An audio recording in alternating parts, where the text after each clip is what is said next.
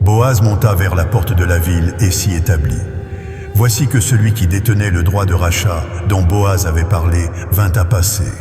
Boaz l'interpella. « Approche-toi et demeure ici, mon ami. » Il s'approcha et s'arrêta. Boaz convoqua alors 10 hommes parmi les anciens de la cité et leur dit « Prenez place ici. » Et ils s'installèrent. Puis il s'adressa à celui qui détenait le droit de rachat. « Naomi, revenue du territoire de Moab, met en vente la parcelle de terre qui appartenait à notre frère Élimélec. J'ai estimé devoir t'en informer et te dire, acquiers-la en présence des habitants et devant les anciens de mon peuple. Si tu désires exercer ton droit de rachat, exerce-le. Mais si tu n'en as point l'intention, déclare-le-moi explicitement afin que je sois éclairé. Car nul n'a priorité sur toi pour ce droit de rachat, et je viens après toi. » Il répondit, « J'exercerai le rachat. » Boaz précisa, « Le jour où tu acquéras le champ des mains de Naomi, tu l'acquéras simultanément de Ruth la Moabite, épouse du défunt, afin de perpétuer le nom du défunt dans son héritage. » Celui qui détenait le droit de rachat répliqua, « Je ne puis exercer le rachat pour mon compte, de crainte de compromettre mon propre héritage. Reprends à ton compte mon droit de rachat, car je suis dans l'incapacité d'exercer ce rachat. » Jadis en Israël, pour ratifier toute transaction relative à un rachat ou à un échange, l'une des parties retirait sa sandale et la remettait à l'autre. Cela constituait l'attestation légale en Israël. Celui qui détenait le droit de rachat dit donc à Boaz, « Acquiers pour ton compte. » Et il retira sa sandale. Alors Boaz déclara aux anciens et à toute l'assemblée, « Vous êtes témoins en ce jour que j'ai acquis des mains de Naomi tout ce qui appartenait à Élimélec, à Kiljon et à Machlon.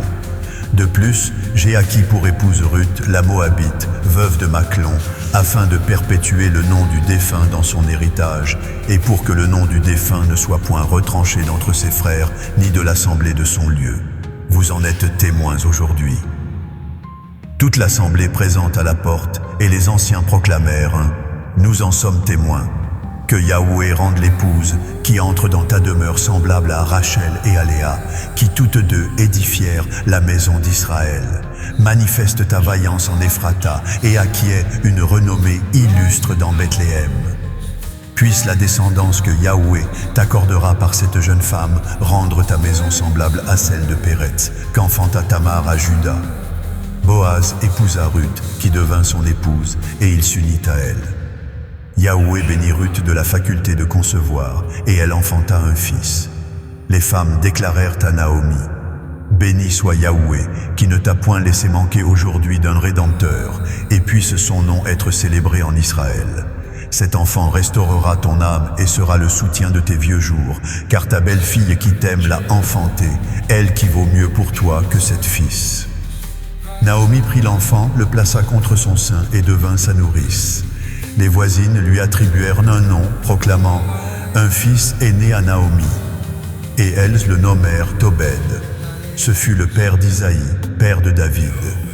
Voici la généalogie de Pérez. Pérez engendra Hetzron, Hetzron engendra Ram, Ram engendra Aminadab, Aminadab engendra Nachshon, Nachshon engendra Salmon, Salmon engendra Boaz, Boaz engendra Obed, Obed engendra Isaïe, et Isaïe engendra David.